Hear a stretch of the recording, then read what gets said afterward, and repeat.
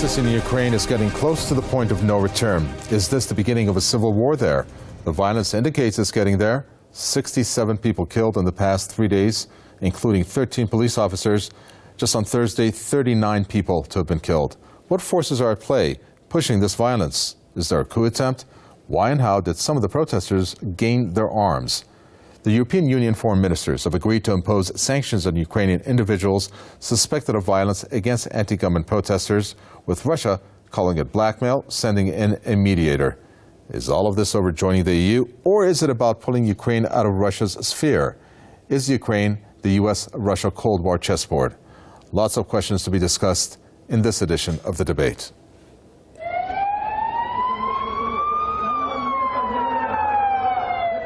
Kiev's Independence Square, Ukraine's protest stronghold and host to thousands of demonstrators who continue to maintain their presence in the face of government forces. They call for the political change and closer ties with the European Union. This, after a truce between the government and opposition collapsed, following the sound of gunfire filling the Maidan. Both sides started the blame game, with the government accusing the protesters of breaking the truce, while the protesters insisted that the government had started the violence. Violence erupted on Tuesday after protesters refused to comply with the government deadline to end the street clashes with police. President Viktor Yanukovych said in a statement that opposition leaders had disregarded democracy by trying to obtain power on the streets instead of seeking it by the ballot. Ukraine's anti-government campaign started last November, when President Yanukovych shunned a trade deal with the EU in favor of closer ties with Russia. Moscow blames the unrest on extremists and hardliners, accusing them of seeking a civil war in the Eastern European country. It's one of the cases when I can agree with the assessment of the Russian Foreign Ministry. It's a real attempt to seize power in the country, and the problem is that obviously the violence was restarted. It was restarted by the extremist nationalist groups, which don't make any secret out of their hatred for Russia and out of their admiration for those Ukrainian nationalists who cooperated with the Nazis during the Second World War. So these groups resorted to violence, and the problem is that the so-called moderate opposition parties in Ukraine did not shy away from these extremists. Meanwhile, Washington and the EU say they will impose sanctions against Kiev officials responsible for the violence there. Now, a draft text by the EU foreign ministers supports a possible ban on arms sales to the Ukraine. Russia's foreign minister, however, says his country supports talks between the Ukrainian government and the opposition. Sergei Lavrov also referred to any possible sanctions against the Ukrainian officials as bullying. Now, of course, it's become very much a struggle between Russia on the one side, America and the EU on the other. And Ukraine is very much divided between itself and caught in the middle. This does look now like the end game. I think it'll, in the next 48 hours, will judge whether the violence can be brought under some control, or we are spiraling towards a civil war. Analysts warn of more bloodshed in the Ukraine, as the conflicting sides are apparently using firearms on the streets. At the end of the day, only time can tell whether or not the Ukraine will survive these turbulent times. Let me introduce our guest for this edition of the debate. Political commentator Pavel Filgenhauer joins us from Moscow, and we have independent scholar Peter Snot joining us from New York. Gentlemen, welcome. Pavel Filgenhauer, I'd like to first take a look at the number of deaths. You have about 70 people killed just in the past 3 days, 13 police officers in total. Some are putting the death toll at much higher. But there are two important facts here. One, police officers have been killed, and that leads to the conclusion that there are armed protesters. That's not new news out there. So this is not just a case of Ukrainian police killing helpless protesters out there, correct? Well, it's a very complicated situation down there on the ground. There are, of course, policemen of different kind of origin. There are special forces, there are ordinary regular police, there are conscripts from the Interior Ministry troops, and there are also the so-called provocateurs, criminal elements hired by the ruling party that are creating havoc there in the streets of Kiev and in other places. So, and of course there are the protesters that have resorted to serious violence too. So there are many parties producing violence, and apparently many of them have been using firearms. It's right now hard to say who actually fired what bullet, but the overall picture is obviously very, very bad and getting worse. We have very serious bloodshed and violence in Kiev, and it's not actually clear how we can get out of that situation, or how can Ukraine get out of that situation, and what can the outside world do to help them get out. This is developing into a really serious civil military crisis and violence. Lots of death, and more deaths most likely will follow. The death toll is growing hour by hour. Well, it is indeed, but I'm curious if you can take a guess when you talk about the different camps out there in terms of different groups. Can you give us an idea of the percentage of, for example, of the different variety of groups that are out there? Because we're not talking just purely demonstrators, Ukrainian demonstrators who are just out there demonstrating. There's different camps. Is there a percentage breakdown you can give us? Well, yes, there are, of course, those kind of established political parties, opposition parties that have mass support, well-established party organizations. They have big fractions in parliament. There are out of parliament more radical groups, mostly nationalistic groups that believe that they will build a Ukrainian nation, and that to build it, they need to resort to violence to overthrow the present regime. They are supporters of the regime. Again, there are the official forces, there are the unofficial forces, the so-called titushki, which are the kind of criminal mercenary provocateurs, which may be shooting at both sides to just provoke more violence. And of course, there are rumors of Russian special forces already being on the scene, but I will assure you that this is total humbug. There are no Russians there right now fighting, at least no Russian official forces. Well, let's bring in our American guest there, Peter Sinnott. Peter Sinnott, what's your reading on this, especially your reaction to how the United States and EU are dealing with this, placing sanctions on some of the Ukrainian government officials? Do you think that's going to help the situation there? I think it's necessary. You have to realize that this has been a popular protest for 4 months now, and it originates on the issue of how Yanukovych and his regime have been trying to reject the movement toward the European Union, which was going to be formally signed agreement of association, and the reforms that would go along with that, meaning democratic reforms. So when you look at this as the basis, and you begin to see how sustained this has been, you see this in a different light as basically a widespread popular protest that has been going on for 4 months and is really centered on the idea that the Yanukovych regime needs to have an election, and the recent elections with the Yanukovych regime have not been open and fair. So we're in many ways a popular revolution right now, and it's a very critical one. This is important for Europe. This is what you say is sort of a signpost of whether the Ukraine is going to be dominated by Russia and Russian policy, because that is what Yanukovych has based his regime on these years, is dependency on Russia. So what was Russia's reaction? It was to offer more money, more aids, more loans. The issues are things like how much does Russia pay to use a military base on the Black Sea They pay little. What do they pay in transit fees for gas? How much? All of these are factors which have not been worked out, in a sense, for the Ukrainian parliament to really have a voice.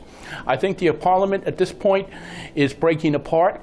I don't think Yanukovych has the base he had a few months ago.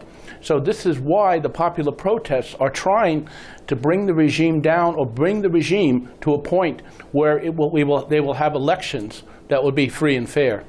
Well, let me ask you this, Peter Sinnott. Do you think that it's right for example, a U.S. official, Viktor Nuland, visiting Ukraine, talking to the opposition figures there, talking to Yanukovych himself, or when you have other U.S. officials making statements, in a sense, throwing fire behind these protesters to keep on protesting? I mean, doesn't that take away the fact that it's a Ukrainian revolution, to use your words? I think the U.S. should have been more involved earlier. I'm glad they're getting involved now. But you have statements from Merkel and Holland that basically are saying that they are looking more towards a democratic solution to this. And this is what Yanukovych has not been forthcoming about.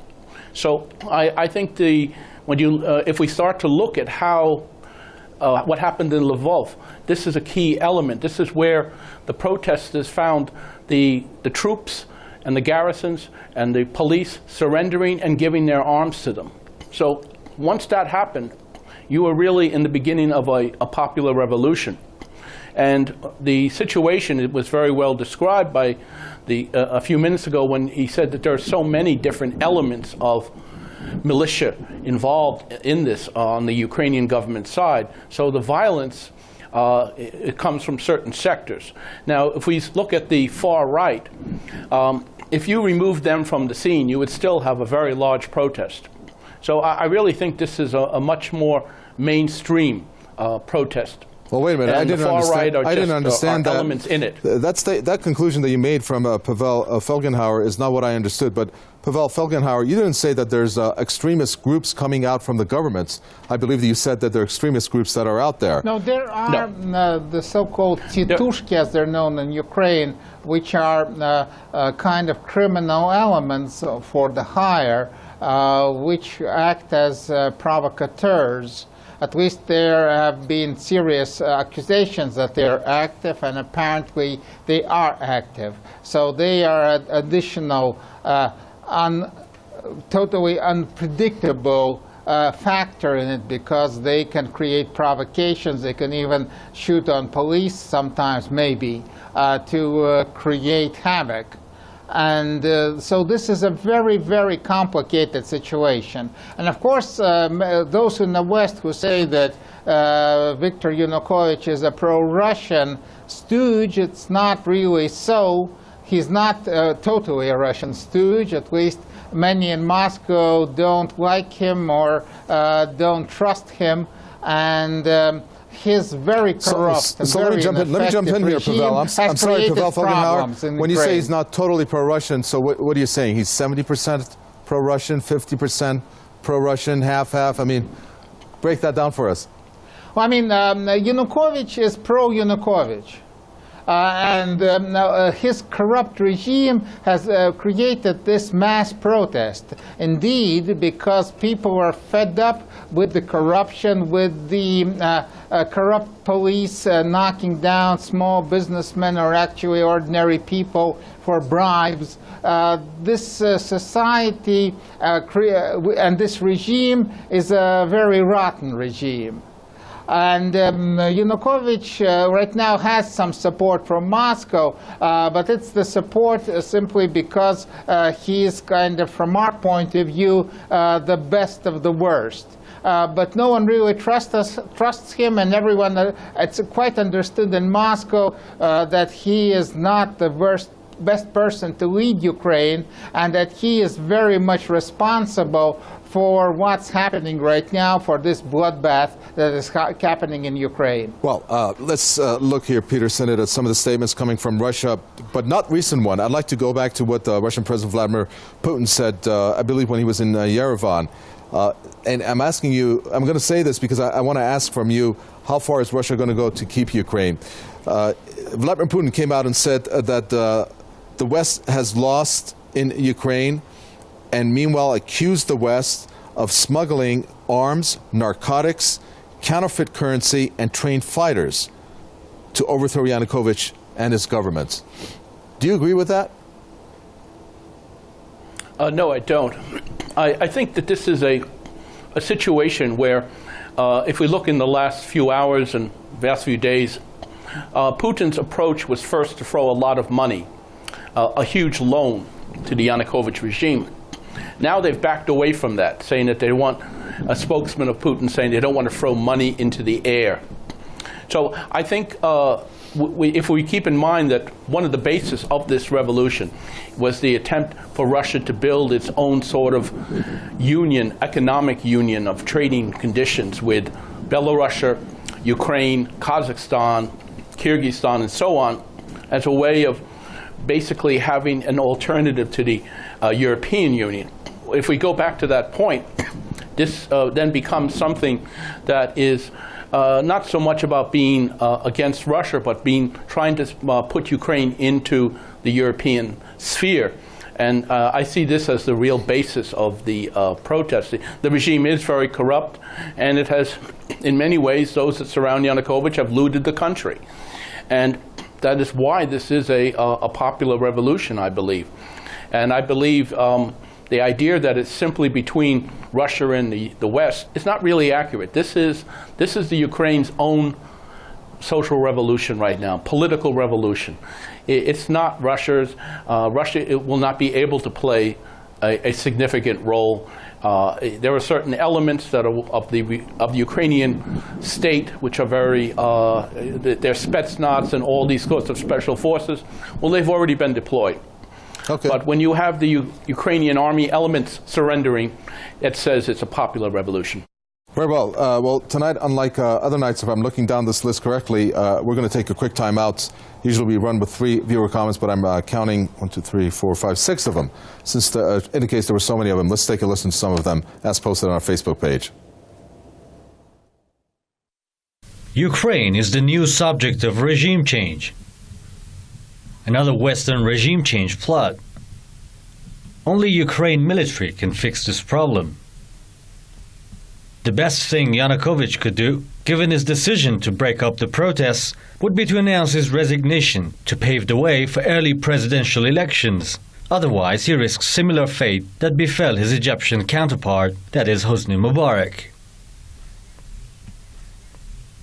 It's the Bolshevik revolution all over again, except this one has the full backing of Mossad. The US and the EU are doing exactly what they did to Syria, now to Ukraine.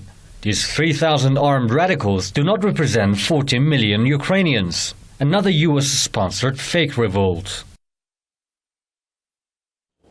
Just some of the viewer comments there. Pavel Filgenhauer, I'd like to get your reaction to what one of our viewer comments said there about the US and the EU doing exactly what they did to Syria regarding these armed radicals. Putin did say events in Ukraine are not a revolution but organized crimes by well-organized groups of fighters. Is that the case? Well, the West did not create the situation in Syria, actually. The Syrian situation was created by Syrians to begin with. Maybe some other closer powers, but the West was ambivalent from the beginning and never fully supported any party in the Syrian conflict. As right now, actually, the West and Europe are taken aback by the terrible events in Kiev and don't know really what to do because, of course, getting really closely, especially militarily involved, is impossible for Western powers. Actually, it's not very possible for Russia, too. Today's Russia is not the Soviet Union of Joseph Stalin. We don't have those tens and hundreds of divisions to move them somewhere. So the outside world right now is standing in a way and actually not understanding what they should do to stop this carnage developing in Ukraine. The Ukrainian crisis is basically Ukrainian-based. All the talk of foreign intervention, actually as in Syria, foreign intervention is a fact, but it began inside, and in Ukraine it began inside, and only the Ukrainians in the end may find some kind of solution to this crisis, and this most likely it will. Actually, many commentators in Moscow understand that the Yanukovych regime has very little chances of survival. It does not really have popular support, and its military support is also very limited.